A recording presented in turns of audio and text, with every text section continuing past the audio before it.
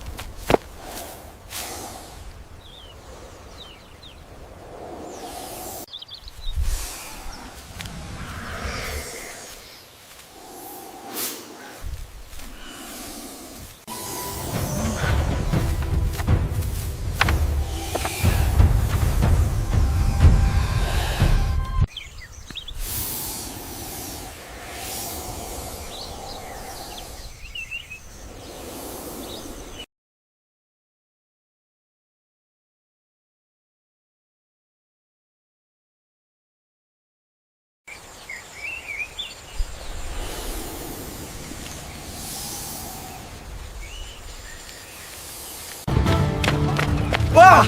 雷滚山呐，苗好给ထွက်သွားပြီ။လေရဲဆင်းလို့ရပြီဟာ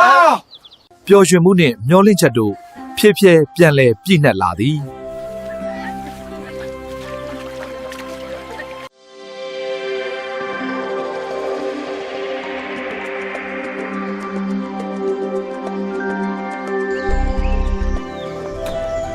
ဒီမျိုး inscription ဒီမျိုးဟောက်ကြီးကိုငါသွားတွေ့မှဖြစ်တော့မယ်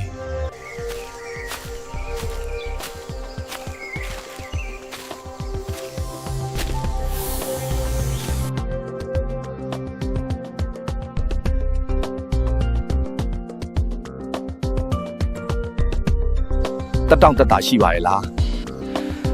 အတင်မျိုးဟောက်ကြီး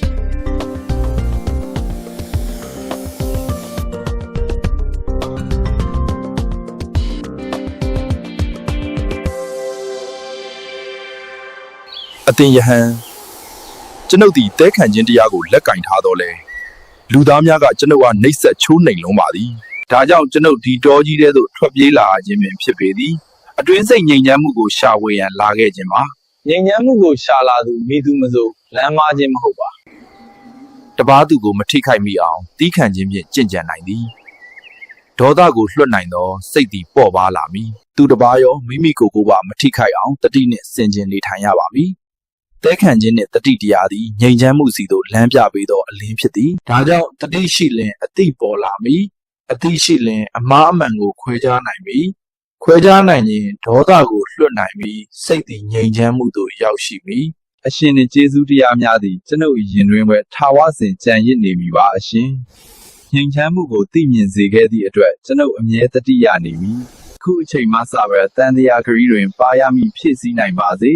တဲခံခြင်းတတိတရားနှင့်မေတ္တာတို့ဖြင့်သင်၏လမ်းကိုလင်းစေပါအသင်ညွေဟောက်ကြီး